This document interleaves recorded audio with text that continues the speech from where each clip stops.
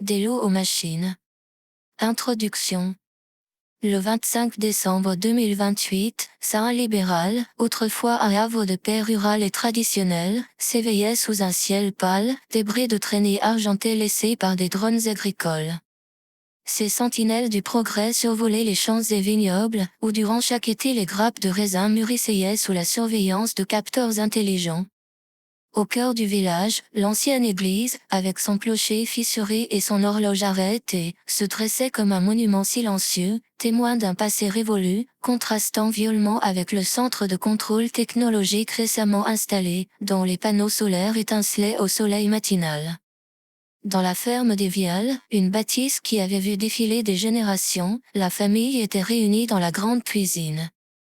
Le patriarche, Paul Vial, un homme au visage buriné par les années de labeur, observait par la fenêtre un robot en train de labourer un champ voisin. Regardez-les, ces machines grognent-ils, elles n'ont ni l'âme du terroir, ni le respect pour la sueur de notre front. À ses côtés, son petit-fils, Julien, un jeune homme au regard vif et aux idées progressistes, pianotait sur son smartphone. Grand-père, tu ne peux pas nier leur efficacité. L'automatisation nous a permis de quadruple notre production, rétorqua-t-il, sans lever les yeux de son écran. La mère de Julien, Marie, tentait de préparer le repas de Noël tout en écoutant leurs échanges. Ne commencez pas aujourd'hui, implora-t-elle, en ajustant le tablier autour de sa taille. Noël devrait être un moment de paix, pas de débat sur le progrès technologique. Mais ces mots semblaient se perdre dans le bourdonnement des discussions et le cliquetis des couverts. À l'extérieur, le village semblait se réveiller lentement. Des enfants, indifférents aux changements qui secouaient leur monde, jouaient dans les rues, leur rire se mêlant au bruissement des feuilles dans les arbres centenaires. Les aînés, assis sur des bancs, échangeaient des souvenirs d'un temps où les récoltes dépendaient du ciel et non d'algorithmes. Le contraste était saisissant, d'un côté, le village s'accrochait à son héritage, à ses traditions, de l'autre, il embrassait un futur incertain, où les hommes et les machines forgeaient une nouvelle réalité. Dans cet entre-deux, Saint Libéral se tenait à la croisée des chemins, un symbole poignant de l'évolution inéluctable de la société rurale face à l'impétueuse marée de l'automatisation. Alors que le jour s'étirait, laissant place à la douce lumière du crépuscule, un sentiment de mélancolie enveloppait le village. Ce Noël de 2029 n'était pas seulement une célébration, mais aussi un adieu silencieux à une époque révolue, un monde où l'homme, la terre et le ciel semblaient ne faire qu'un, désormais éclipsés par l'ombre grandissante des machines.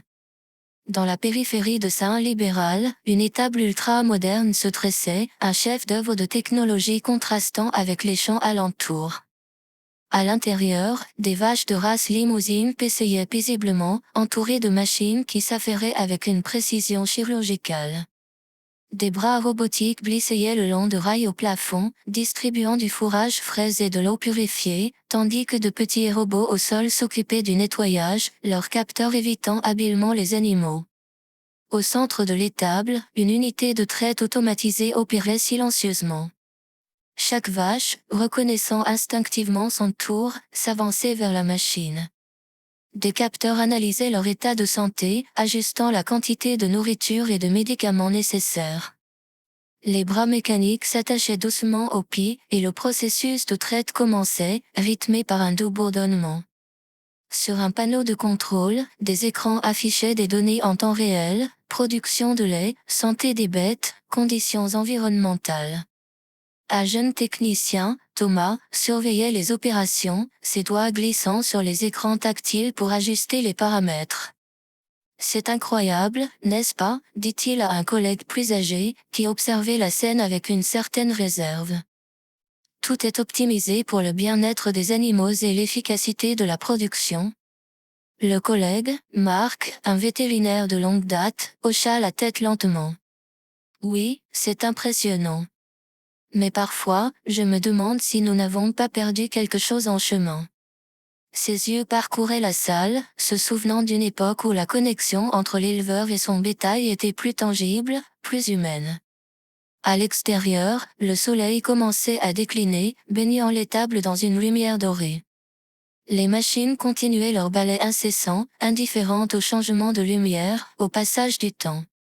Dans cette danse entre l'ancien et le nouveau, entre l'homme et la machine, l'étable de Saint Libéral représentait un avenir où l'efficacité et le progrès étaient rois, mais où l'essence même de la relation millénaire entre l'homme et la nature semblait s'estomper, laissant place à une nouvelle ère de coexistence silencieuse et mécanisée.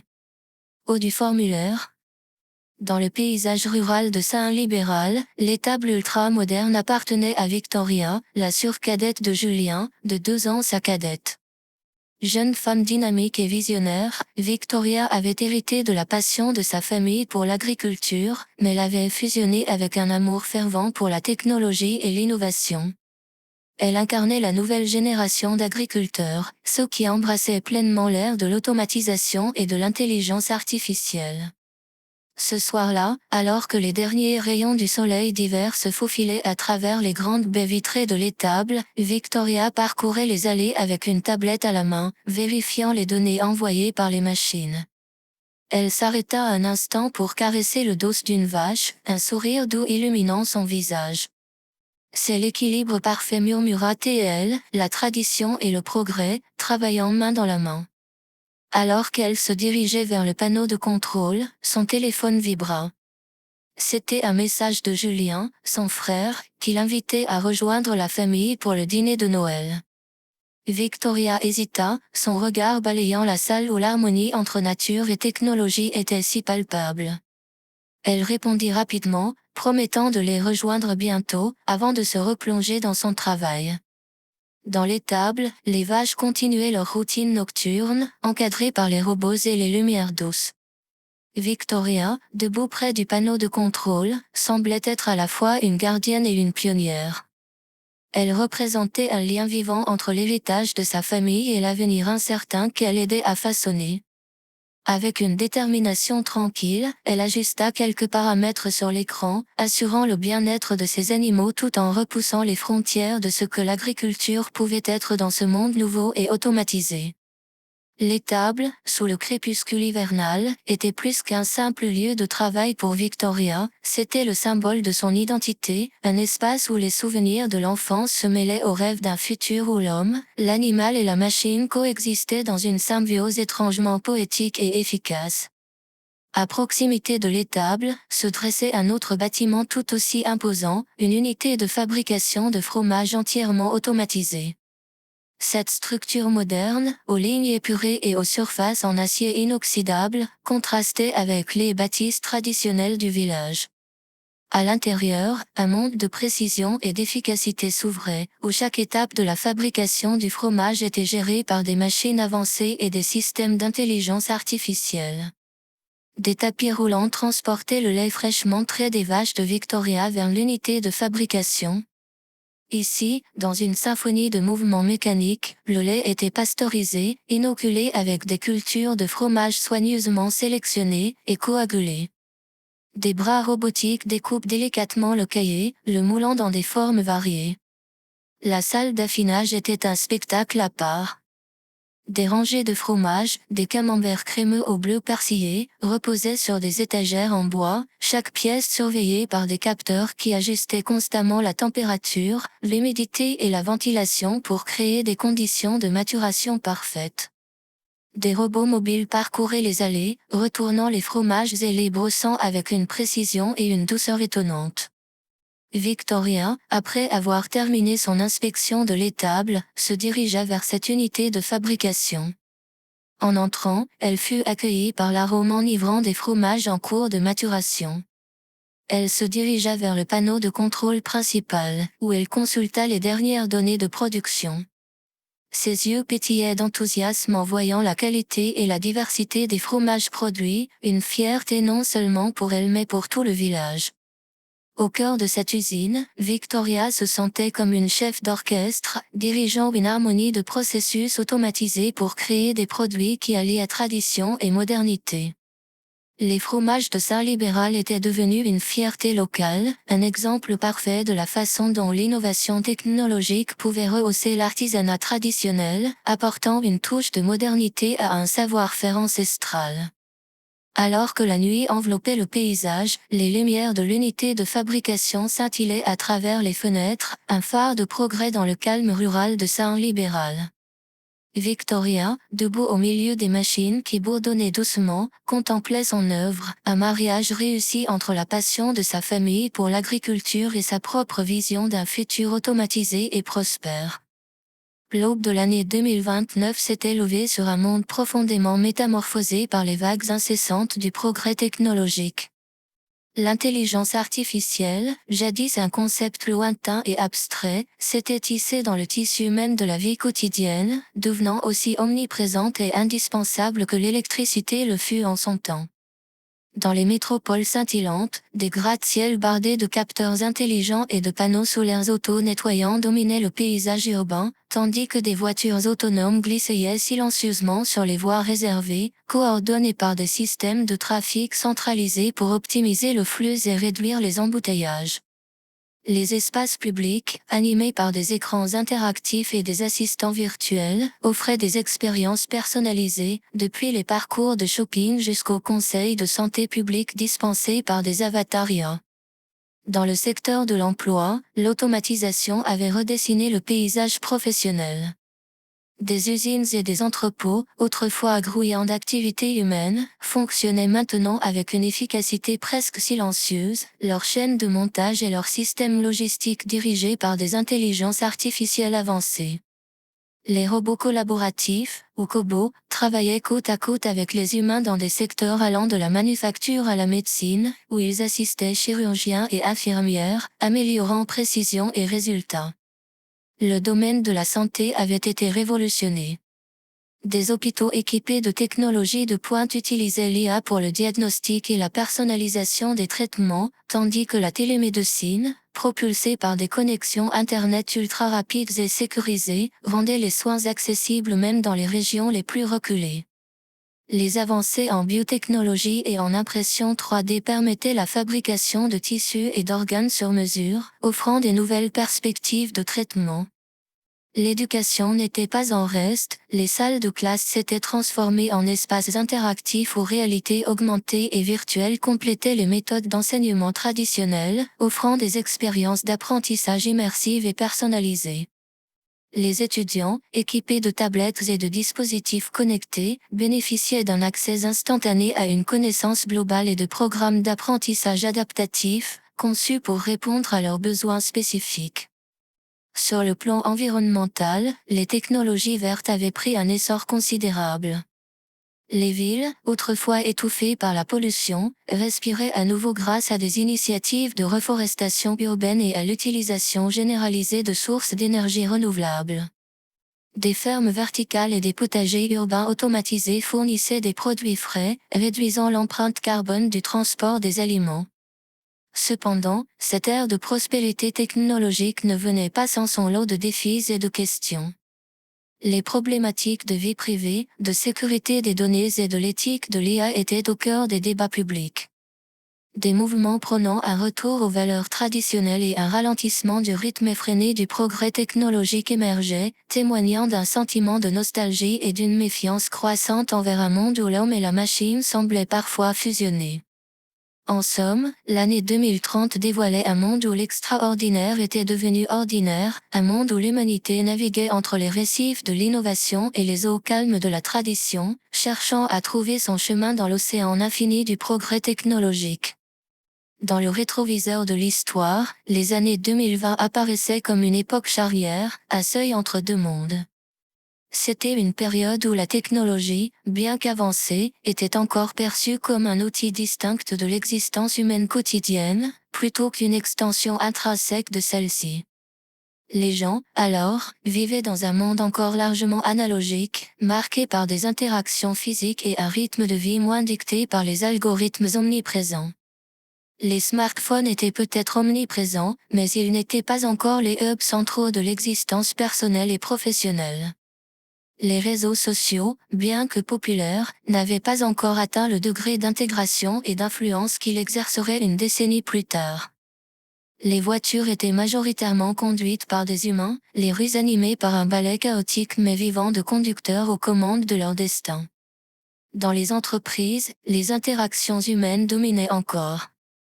Les réunions se tenaient en personne, les poignées de main scallaient les accords, et les couloirs résonnaient de conversations et de rires. La robotique et l'automatisation faisaient certes partie du paysage industriel, mais elles étaient encore considérées comme des outils spécialisés plutôt que comme des partenaires de travail à part entière. L'agriculture, bien que commençant à intégrer des technologies avancées, reposait encore fortement sur le savoir-faire et l'expérience humaine, et les paysages ruraux étaient marqués par la présence palpable et réconfortante des agriculteurs et de leurs familles. La médecine, bien que sur la voie de l'innovation, était encore loin des prouesses de la télémédecine ou des diagnostics IA. Les visites chez le médecin étaient des affaires personnelles, des interactions face à face où le toucher humain et l'échange direct étaient essentiels. L'éducation se déroulait principalement dans des salles de classe physique, où le tableau noir ou blanc était encore l'outil principal, et l'apprentissage en ligne était une méthode complémentaire plutôt qu'une norme. La vie quotidienne, bien que connectée, conservait un rythme et une texture que beaucoup, en 2029, regardaient avec une certaine nostalgie. Les gens se rendaient dans des magasins physiques pour leurs achats, les livres étaient majoritairement imprimés sur papier, et les soirées entre amis ou en famille étaient des événements déconnectés, libres de la surveillance constante de la technologie. Les questions de sécurité des données et de vie privée étaient certes présentes, mais elles n'étaient pas encore au cœur des préoccupations sociétales comme elles le seraient plus tard. Ainsi, en se retournant vers les années 2020, on voyait un monde à la croisée des chemins, un monde où l'humain et la technologie coexistaient dans un équilibre fragile, à l'aube d'une transformation profonde. C'était un monde moins rapide, moins efficace peut-être, mais aussi un monde où la distinction entre la technologie et l'humanité était plus claire, plus tangible. Un monde sur le point de basculer dans une nouvelle réalité, où cette frontière se dissoudrait progressivement, laissant place à un nouvel ordre où l'homme et la machine ne feraient plus qu'un. Saint libéral, niché dans une vallée verdoyante où les champs s'étendaient autrefois comme un tapis d'émeraude sous le ciel, avait connu une métamorphose remarquable depuis les jours tranquilles du début du XXe siècle. Jadis un village rural typique, avec ses ruelles pavées serpentant entre des maisons de pierre vieillies par le temps et ses champs cultivés par des générations d'agriculteurs, il avait été doucement mais irrévocablement transformé par l'innovation technologique. Là où l'on entendait autrefois le bruissement des feuilles et le chant des oiseaux, le bourdonnement des drones et le chuintement des machines agricoles autonomes formaient désormais la bande-son de la vie quotidienne. Les bâtisses traditionnelles, avec leurs toits de tuiles rouges et leurs volets en bois, se dressaient désormais à côté de structures modernes aux façades de verre et d'acier, équipées de panneaux solaires et de systèmes de récupération d'eau de pluie, témoignant d'une fusion entre le passé et un avenir éco-responsable. Le cœur du village, autrefois dominé par la vieille église et le bistrot où les habitants se réunissaient pour partager des histoires et des rires, avait été réaménagé en un espace communautaire polyvalent. Ici, un écran géant affichait des informations en temps réel sur le village et le monde, tandis que des bornes interactives permettaient aux résidents de gérer divers aspects de leur vie quotidienne, de la réservation des installations communautaires à la réception des services de santé à distance.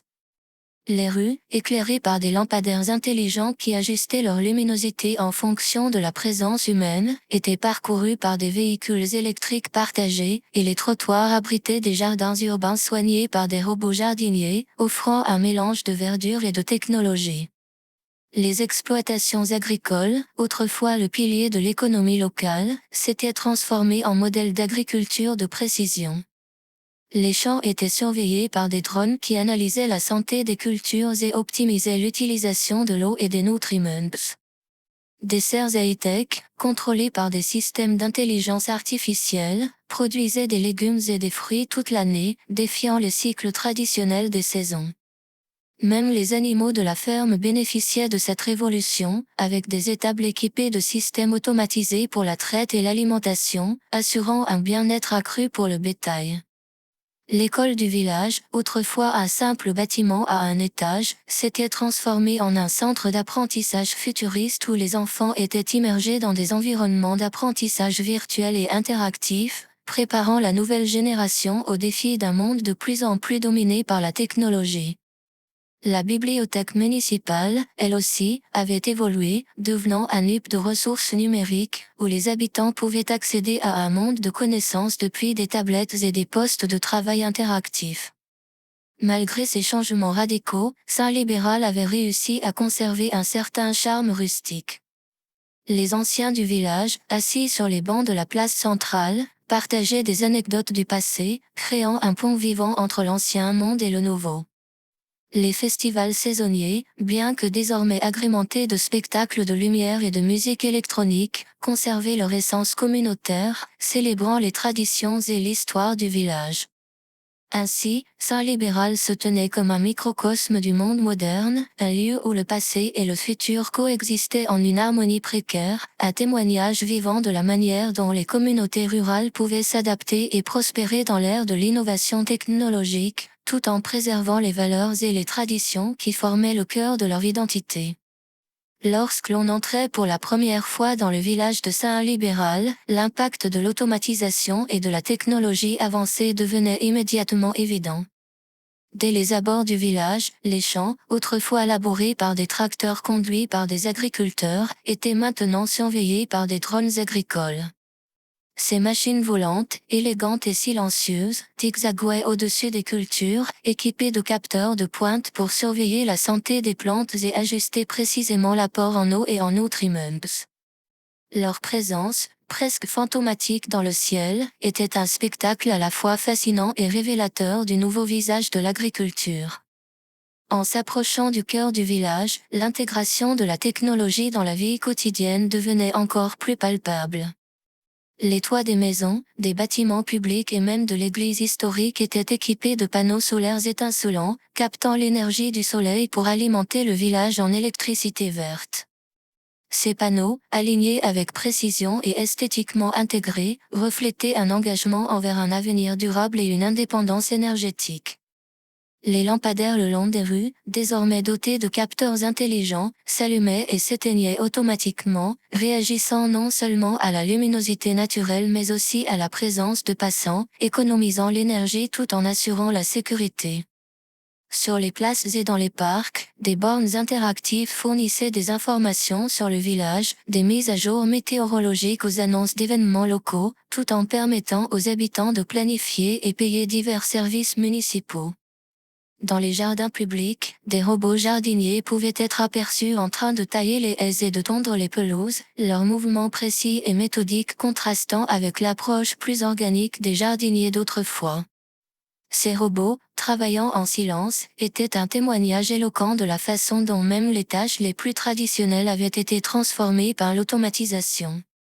Le contraste entre le nouveau et l'ancien était partout, dans les fenêtres des maisons anciennes, où des écrans tactiles intelligents remplaçaient désormais les vieux rideaux, dans les rues où des véhicules autonomes circulaient aux côtés de vélos et de scooters électriques, et dans les conversations des habitants, mêlant anecdotes du passé et discussions sur les dernières avancées technologiques.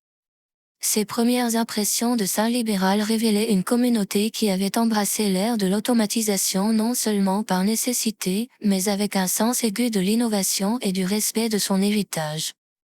Le village offrait un aperçu fascinant d'un avenir où tradition et technologie ne s'excluaient pas mutuellement, mais se complétaient, créant un tissu social et culturel riche et diversifié.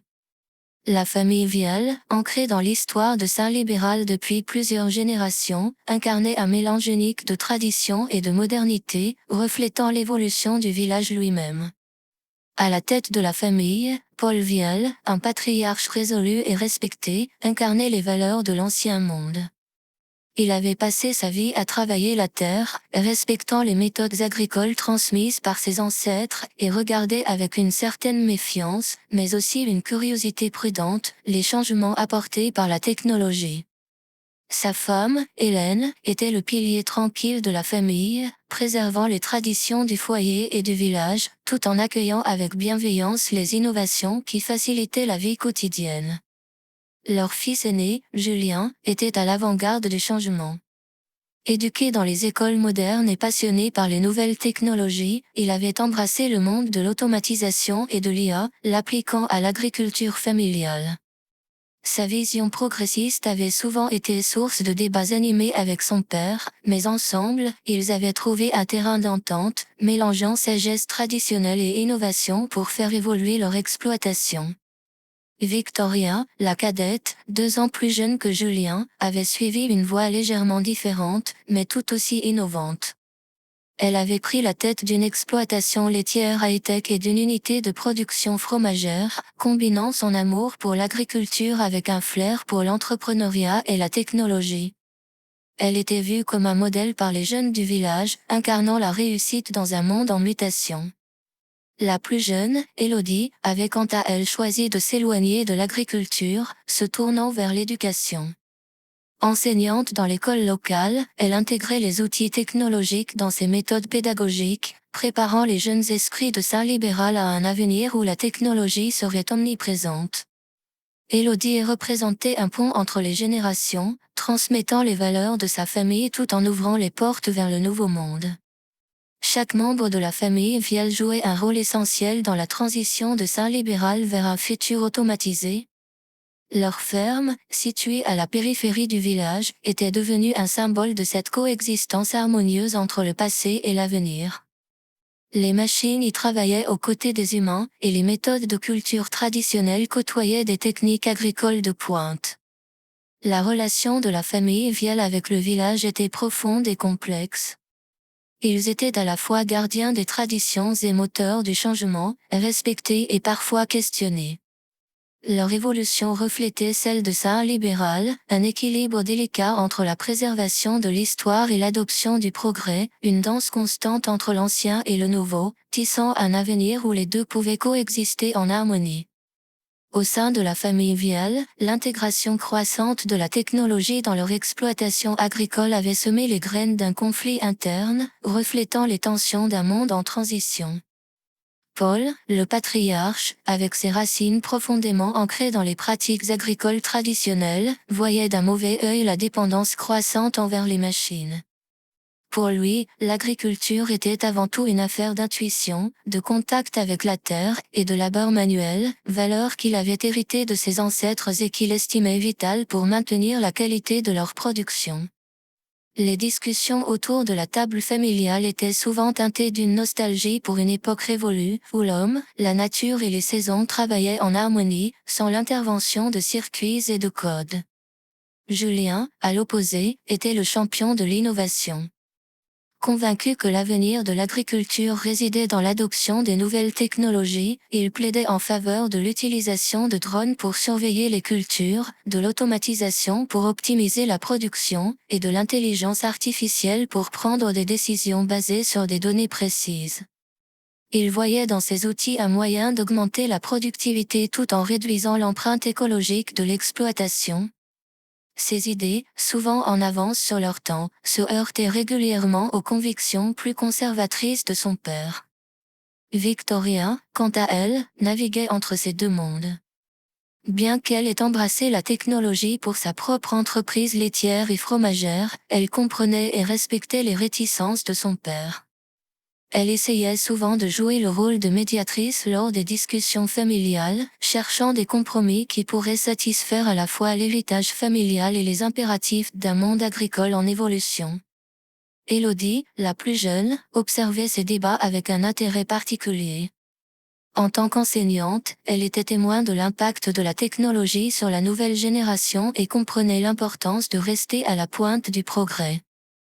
Toutefois, elle partageait aussi une certaine sympathie pour les appréhensions de son père, voyant dans les traditions une richesse culturelle et émotionnelle à préserver.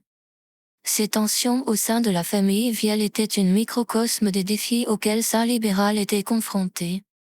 Chaque membre de la famille, avec ses perspectives et ses convictions, représentait une facette du dialogue en cours dans le village et, plus largement, dans la société, sur la manière de naviguer dans un monde où le passé et le futur coexistaient dans une relation complexe et parfois conflictuelle. Au du formulaire. Au sein de la communauté de Saint-Libéral, l'automatisation et l'adoption des technologies avancées avaient suscité une divergence d'opinion marquée, reflétant un spectre large de perspectives. D'un côté, il y avait les partisans du progrès, principalement constitués de jeunes entrepreneurs, d'agriculteurs innovants comme Julien, et de professionnels qui voyaient dans la technologie une opportunité d'accroître l'efficacité, la productivité, et de relever les défis du changement climatique. Ces avocats du changement soutenaient que l'automatisation n'était pas seulement une question de commodité, mais une nécessité pour rester compétitif sur le marché mondial. Ils pointaient du doigt les avantages tangibles tels que la réduction du gaspillage, l'optimisation de l'utilisation des ressources et la capacité à produire plus avec moins de travail manuel, tout en soulignant l'importance de la durabilité environnementale.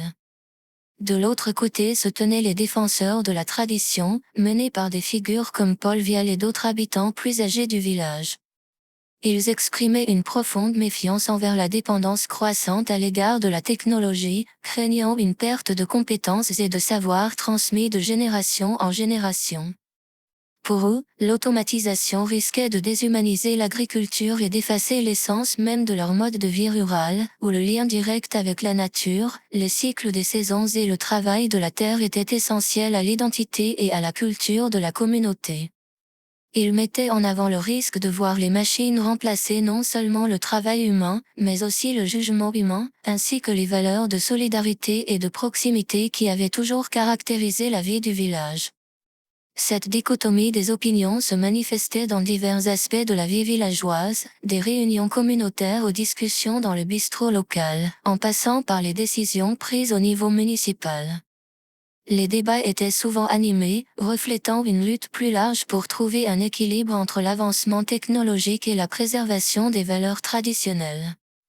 Alors que certains préconisaient un investissement accru dans les technologies de pointe pour renforcer l'infrastructure du village, d'autres plaidaient pour une approche plus mesurée, soulignant la nécessité de protéger l'héritage culturel et les modes de vie qui avaient défini Saint-Libéral pendant des siècles.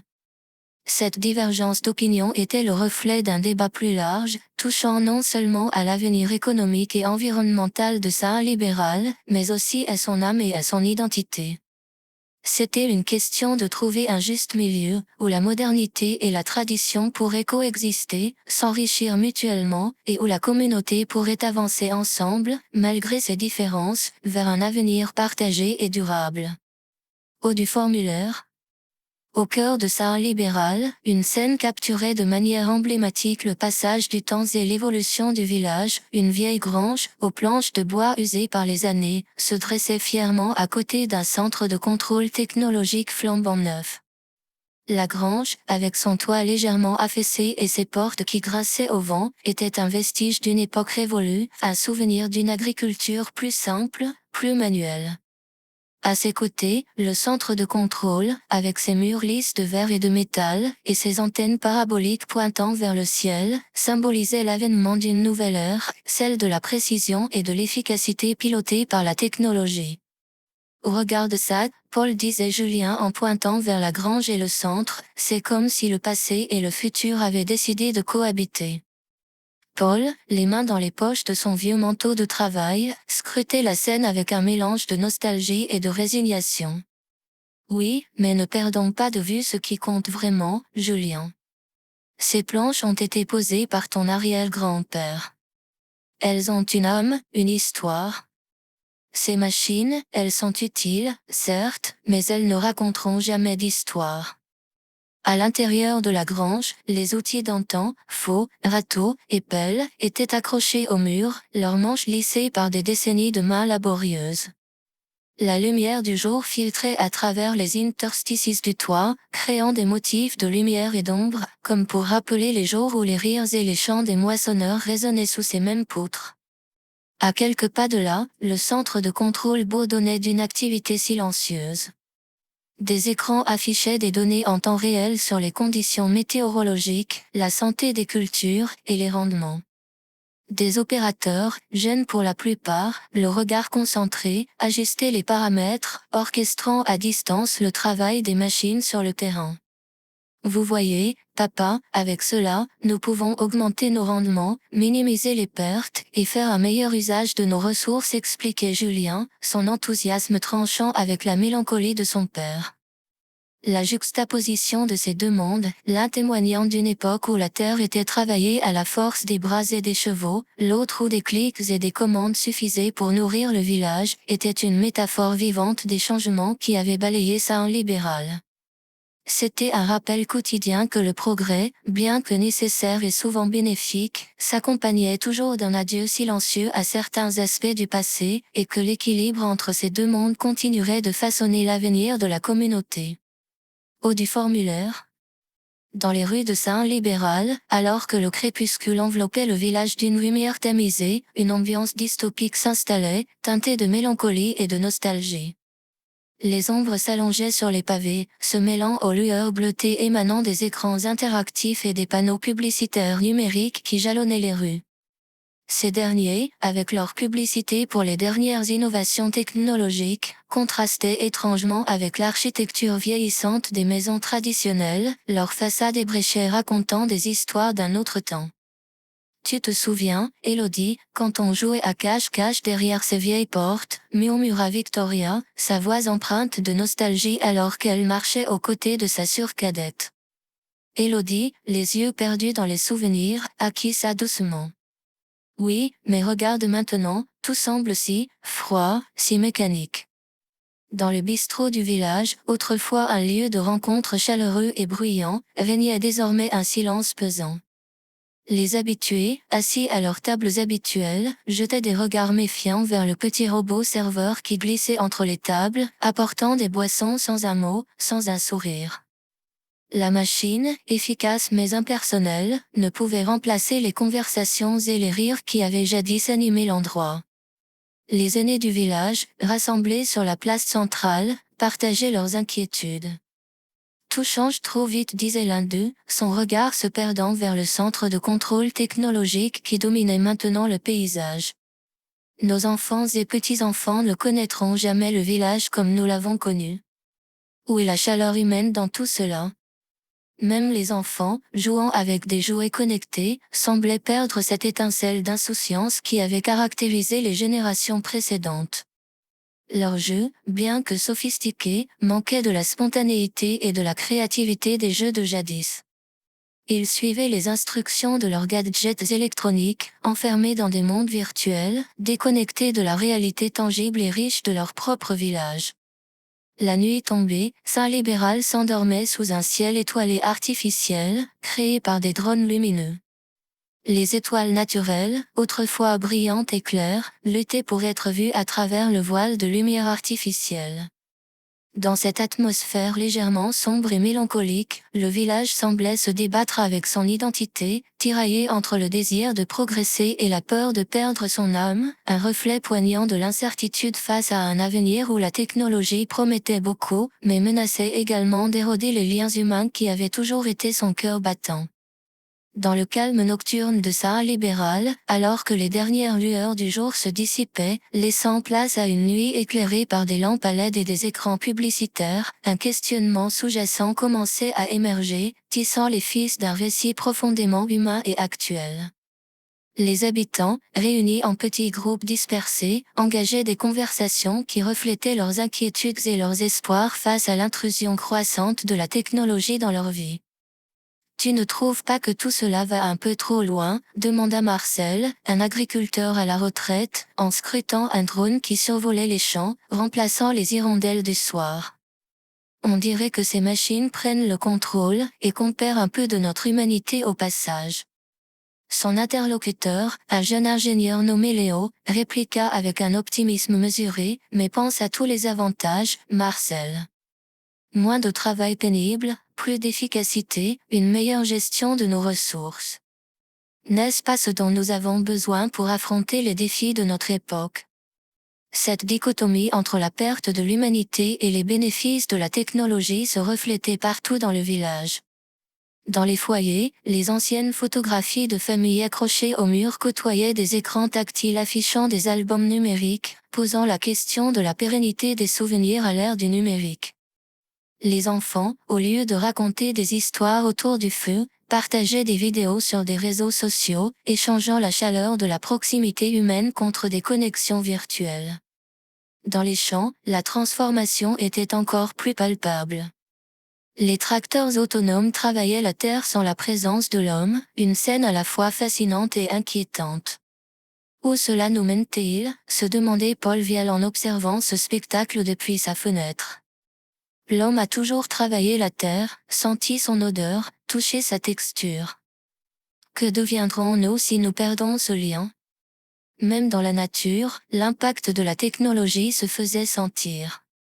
Les ruisseaux et les rivières, autrefois des écosystèmes vibrants, étaient désormais surveillés par des capteurs mesurant la qualité de l'eau et la vie aquatique. Les arbres étaient équipés de dispositifs de suivi pour prévenir les maladies et les infestations, une avancée certes bénéfique, mais qui éveillait un sentiment d'intrusion dans le sanctuaire naturel. Cette introspection collective à Saint-Libéral posait des questions fondamentales. Quel était le prix du progrès? La technologie, en nous libérant de certaines contraintes, nous éloignait elle de notre essence.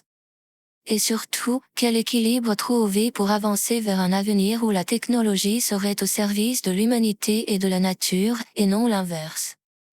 Ces questions, tissées dans le quotidien des habitants de Saint-Libéral, posaient les bases d'un récit où l'humanité cherchait son chemin dans un monde en constante évolution, un monde où chaque avancée ouvrait un nouveau champ de possibles, mais aussi de doutes et de défis. Une nuit d'été étouffante enveloppait Saint-Libéral, les étoiles scintillant faiblement au-dessus du village endormi. C'était une de ces nuits où le silence semblait porter en lui une attente, un pressentiment. Soudain, la tranquillité fut rompue par un bruit inhabituel, un grondement sourd émanant de la périphérie du village, là où se trouvaient les nouvelles serres high-tech de Julien. Alertés par ce bruit, quelques villageois, curieux et inquiets, s'aventurèrent hors de chez eux, se dirigeant vers la source du tumulte. Arrivés sur les lieux, ils découvrirent une scène chaotique, une des serres, un modèle de technologie avancée, était plongé dans une agitation frénétique. À l'intérieur, les systèmes d'arrosage automatisés s'étaient déclenchés sans raison apparente, inondant les cultures sous un torrent d'eau. Les écrans de contrôle clignotaient désespérément, affichant des séries de codes d'erreur incompréhensibles. Au centre de cette confusion, Julien, trempé et désemparé, tentait vainement de reprendre le contrôle du système. « Je ne comprends pas, tout fonctionnait parfaitement hier » s'exclamait-il, ses doigts glissant frénétiquement sur les écrans tactiles. Autour de lui, les villageois observaient, partagés entre la stupéfaction et une pointe de satisfaction vindicative. « C'est ce qui arrive quand on fait trop confiance aux machines » murmurait un ancien, son regard scrutant la scène avec une expression mêlant inquiétude et désapprobation.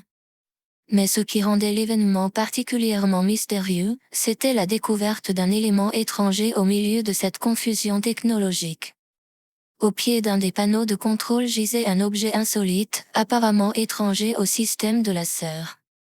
C'était un petit appareil électronique, au design inconnu, dont les voyants clignotaient d'une lueur rouge sinistre.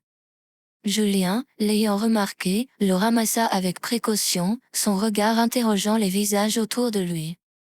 « Qui a accès à ce genre de technologie ici ?» demanda-t-il, sa voix trahissant une inquiétude grandissante. Cet incident, à la fois déroutant et alarmant, jetait une ombre sur les avantages de l'automatisation tant vantée. Il soulevait des questions cruciales sur la sécurité, la vulnérabilité des systèmes technologiques du village, et peut-être même sur une menace plus sinistre, cachée dans l'ombre de la modernité.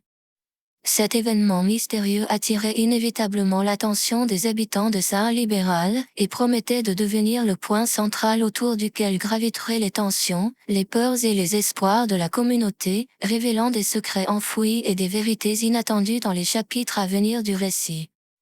Haut du formulaire.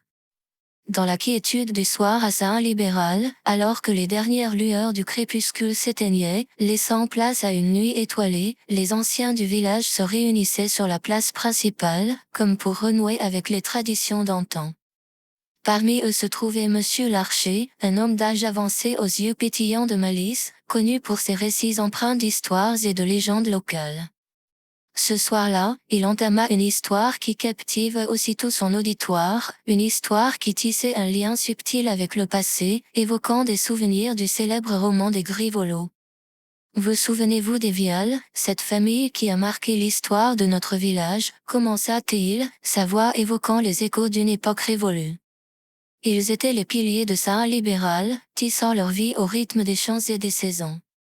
Les temps ont changé, mais les Vial, eux, sont restés, adaptant leurs traditions à ce monde nouveau. Il marqua une pause, son regard balayant l'assemblée, captant l'intérêt et la nostalgie dans les yeux de ses auditeurs. Je me rappelle de Joseph Vial, un homme de conviction et de terre, un homme qui aurait eu du mal à reconnaître son propre village aujourd'hui, continua Monsieur Larcher. Et que dire de Marguerite, avec sa force tranquille, qui a su tenir la famille unie à travers les épreuves. Leurs descendants, nos chers Vial d'aujourd'hui, portent encore en eux cet héritage, ce lien indéfectible avec la terre et les valeurs de leurs aînés. Autour de lui, les visages s'illuminaient, les souvenirs des personnages et des événements du roman se mêlant aux histoires personnelles des habitants. Et cette grange, là-bas, dit-il en pointant du doigt la vieille structure en bois, elle a été témoin de tant d'histoires, de rires et de larmes, de récoltes abondantes et d'années maigres. Elle est un symbole, un pont entre notre passé et notre présent. Alors que Monsieur Larcher poursuivait son récit, évoquant les liens familiaux, les défis et les triomphes des Vial, un sentiment de continuité se tissait parmi les auditeurs. Il n'était pas seulement question de personnages d'un roman, mais de l'âme même de leur village, un fil d'or reliant les générations, malgré les bouleversements du temps et de la technologie. Cette soirée, sous les étoiles de Saint-Libéral, devenait un hommage à la résilience et à l'adaptabilité de leur communauté, un rappel que, malgré les changements et les incertitudes, les racines du passé demeuraient profondément ancrées dans le sol fertile de leur présent.